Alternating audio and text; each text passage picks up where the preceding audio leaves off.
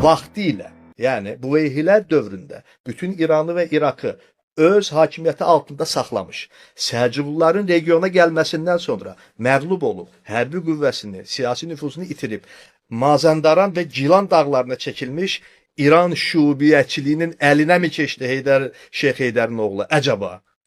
Tarixçi bu yerdə faktları manipulyasiya edərək tarixi anaxronizmə yuvarlanır. Çünki başlanğıcı təxminən 8-ci əsrin 20-30-cu illərinə təsadüf edən Şuubiyyə hərəkatı 9-cu əsrdə artıq siyasi bir hərəkat kimi ömrünü başa vurmuşdu. Bundan sonraki dövrdə mədəni sahədə fars dilinin dirçəlişini isə nə siyasi öndərləri, nə mərkəzi, nə də kompakt fəaliyyət göstərən aktiv tərəfdar bazası mövcud olmayan Şuubiyyə hərəkatına birbaşa calaq etmək yanlışdır. 16-cı əsrdə Şuubiyyə var idi. Buveyhilər dövründə var idi Şuubiyyə.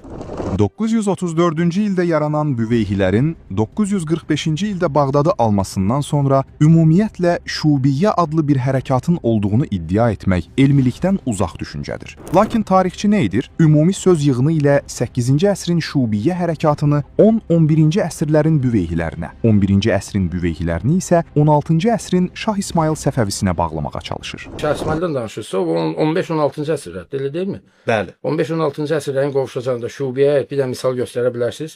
Həmin hərəkatın arada kompakt fəaliyyət göstərmək. Şuubiyyə deyəndə nə nəzərdə tutulur? Necə?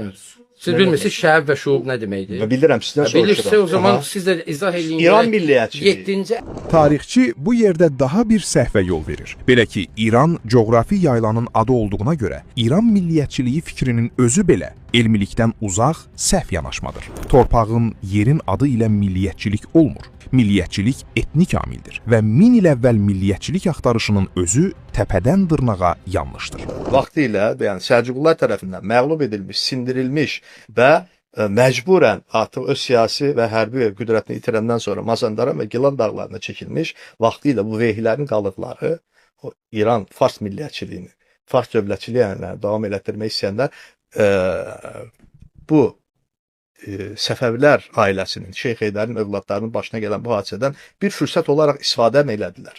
Əvvəlinci tarixi dövrlə son qeyd olunan tarixi dövr arasında ümumilikdə 6 əsrlik bir zaman kəsimi var. Elnur Nəsirov sırf öz İsmailofob iddialarına ciddiyyət qazandıra bilmək üçün bu dövrləri diletantçasına və ən əsası heç bir dəlil olmadan bir-birinə calaq etməyə çalışır. Bu yolla tarixçi qərəzli bir şəkildə Azərbaycan Səfəvi Qızılbaş dövlətinin qurucusu Şah İsmayıl Səfəvini dolayısı yolla farsçılığa xidmət etmiş bir hökmdar kimi göstərməyə cəhd edir. Bu da elmilikdən tamamilə uzaq olmaqla qəbul edilməzdir.